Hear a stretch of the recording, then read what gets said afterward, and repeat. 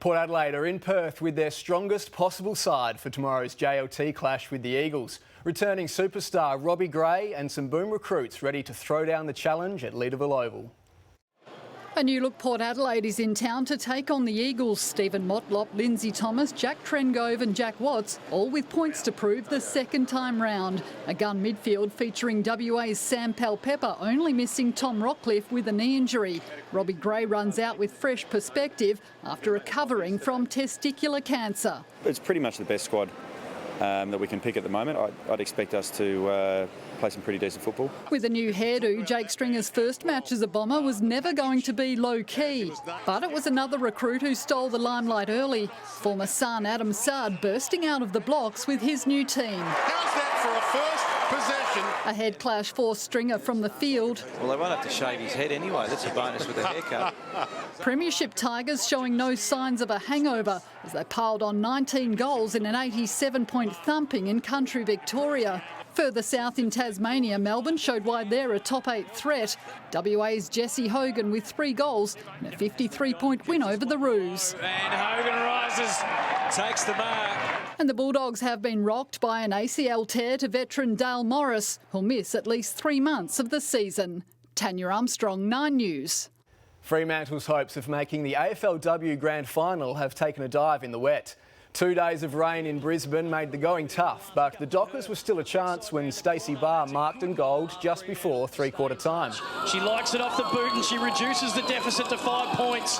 Fremantle back in this contest with just a minute to play in the third. East Fremantle product Jess Wushner kicked the sealer as the Lions won a low-scoring contest, 3 goals for 22 to 2-3-15.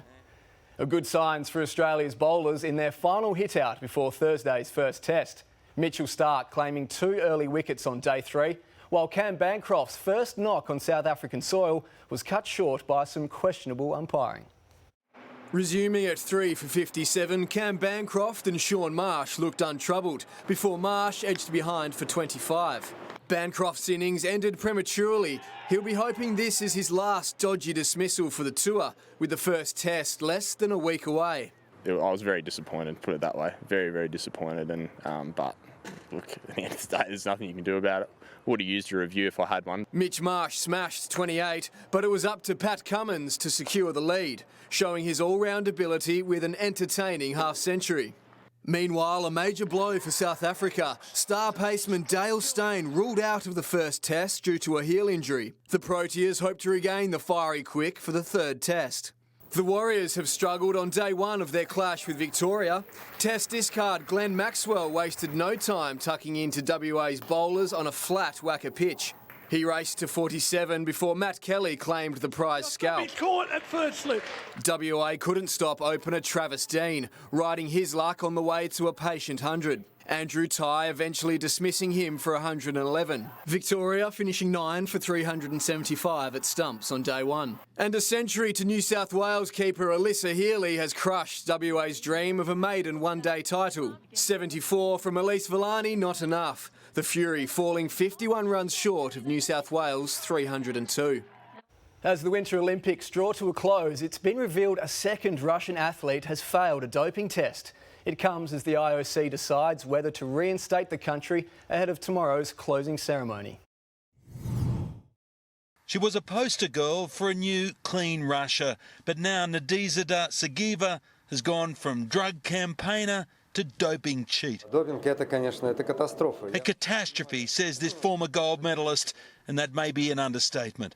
The bobsledder's positive test to a heart drug will drive a dagger into Russia's hopes to be allowed back in from the cold. We're always extremely disappointed when there is a doping case, from whichever nation it happens to be.